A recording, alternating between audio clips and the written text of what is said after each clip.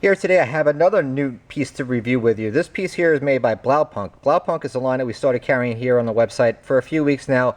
Well received. The higher end stuff seems to sell really well, and I can tell you why, because just look at the thing.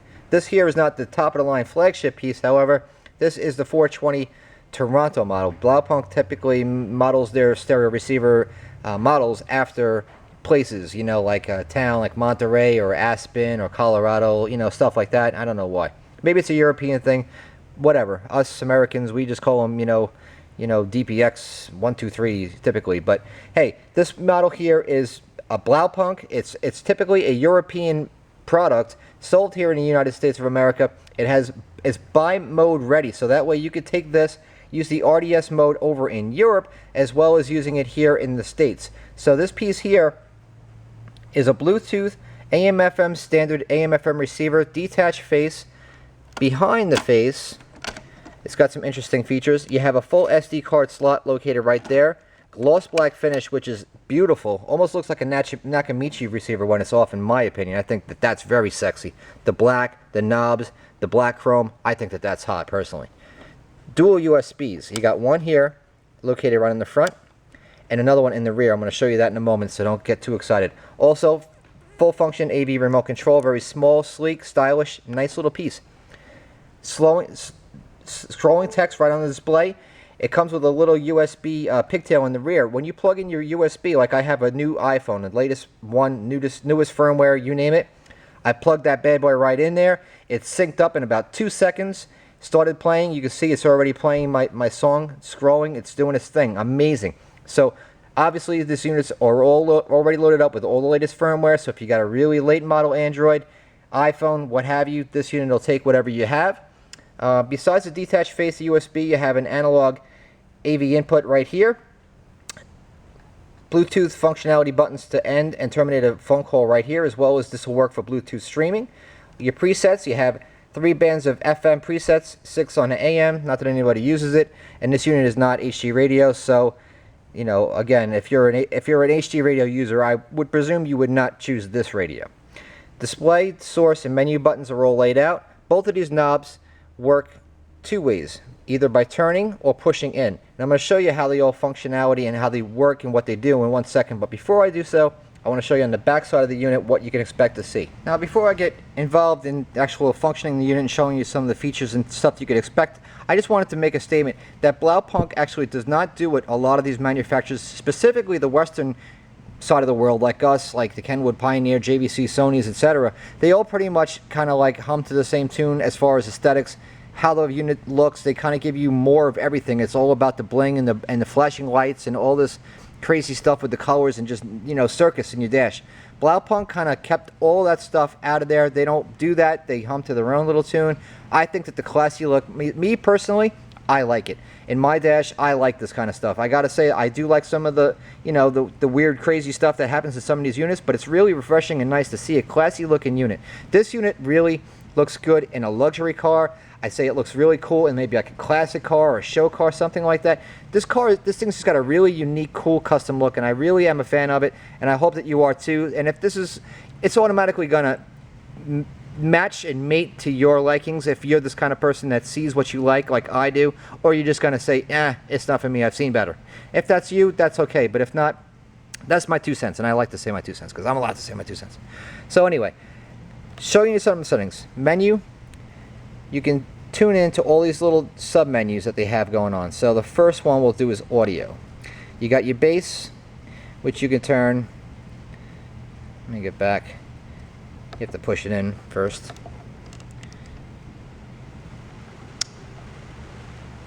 Push it in. Once it blinks, then it's okay to start setting it. So it basically goes 0 to 7. Not that that really matters. Push it in. Once you're done, move on to the next setting. There's your treble. You have your balance, your fader, of course. You have your EQ. Now EQ, you can turn it off and just use the basic 3-band that they offer, or you can use the preset settings, which they have different settings like classic, pop, rock, and flat. Now if you choose to use one of those settings, they'll automatically adjust the different settings. So it'll have like treble will be +7 on the 10,000 range, 12.5 will have +7, then you'll have, you know, +5 on the mid. So you know, it's all in the manual, so that way you can do that and assign that and make your own custom settings, as well as going into and turn it off and do it in manual settings. So whatever you're looking for, you can do it with this unit. But it's not very heavy on the graphic, you know, interface, just because the LCD doesn't allow it.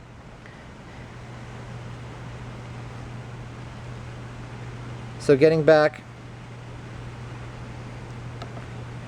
you got your audio, the tuner settings, your band selection, you got your sensitivity, your RDS, which is the radio data system. You can turn that on, turn it off, depending on your region. Tuner area, USA, you see all the different countries. Like I said, they're like unbelievable in that respect. Audio, which we already touched on, you display all your different languages. I'll show you what they have. English, Dutch. Let me get back.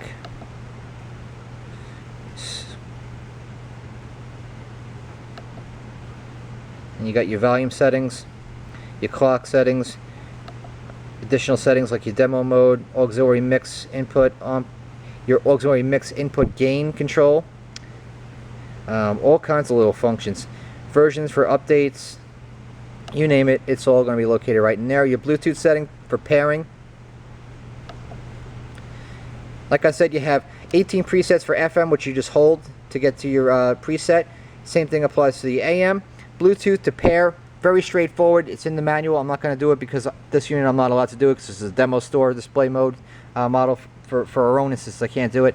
Bluetooth streaming. If you do Bluetooth streaming to the radio, I want you to know that it's not going to display the track information on a display like some of the other units that I've noticed do excel in that respect. This one here certainly does not. But however, if you do plug in your USB during a normal route, I want to show you what you can expect to see. I'm just going to unplug my phone real quick, plug her in.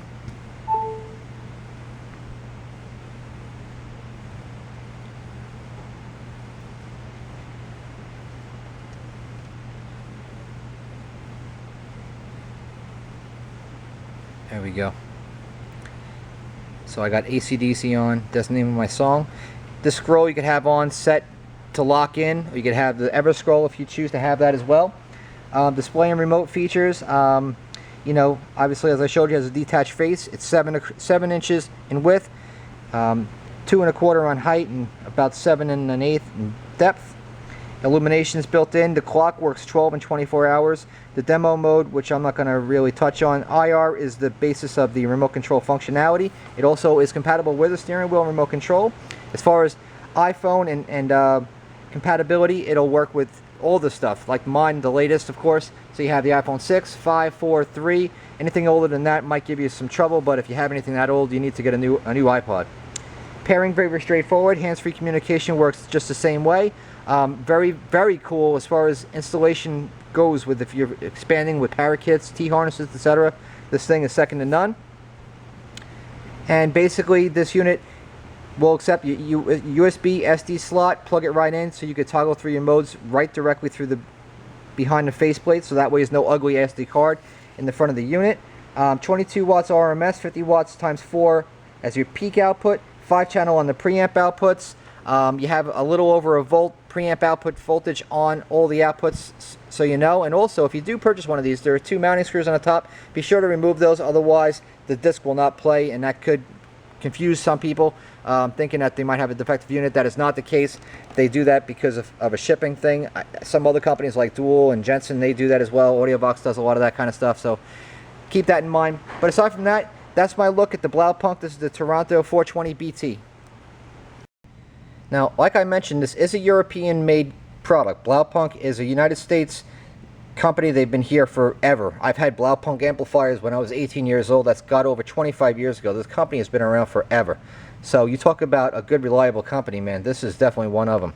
So you got the ISO mount plug. So that way, if you have a not a USB, I'm sorry. If you have a Volkswagen, Mercedes-Benz, Becker radio, or if you have What else? Some of the BMWs, some of the Audis. These plugs are actually interchangeable with the stock plugs, believe it or not. And that's a big reason why they use those. Also, Parrot Bluetooth. If you're actually tying one of those kits externally into this one for whatever reason, or an Android, tablet, smart app type of processor, you could plug those guys right in there. It's crazy. You got 3 plugs over here, 1 extra port, which I'm not going to touch on, but that's for another video. Over here, you can do all your interference, telephone mute linking.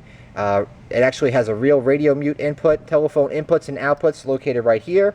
Of course, on this middle plug, you have your speaker level outputs for your regular 4 speakers, respective front and rear, left and rights. Down here, you have telephone mute. You have an illumination wire amplifier turn on with its own independent gain turn on remover pop, so which is the setting on a radio, so that way you could actually delay the amplifier turn on, which is cool. Not many manufacturers are going through the process and work of doing something like that. Besides that, you have your standard power, ground, nothing else crazy going on. Here you have five channels of preamp outputs for your front, rear, and dedicated subwoofer preamp output. Subwoofer low pass filter control is built into the front of the radio. I'm going to show you how that works and what it looks like when I get there. Over here, this here is that little pigtail that I was talking about from my iPhone. Not very long, it's only a few inches, but that's all you need. Your sync cable is typically about a few feet in length, so that works. Over here you have your analog terrestrial antenna input. Sleeve is mounted on the unit, comes with it standard. So you cage to mount the unit. Also this unit here, this trim ring, you can leave it on respectively, take it off, so if you're doing an ISO mount, you can do that as well. The detachable face panel does come with its own padded carrying case as well. You can expect that. And it has a pretty robust installation and user's guide in 4 different languages, mind you. So 1/4 of this will only pertain to you, because that's a lot of pages right there.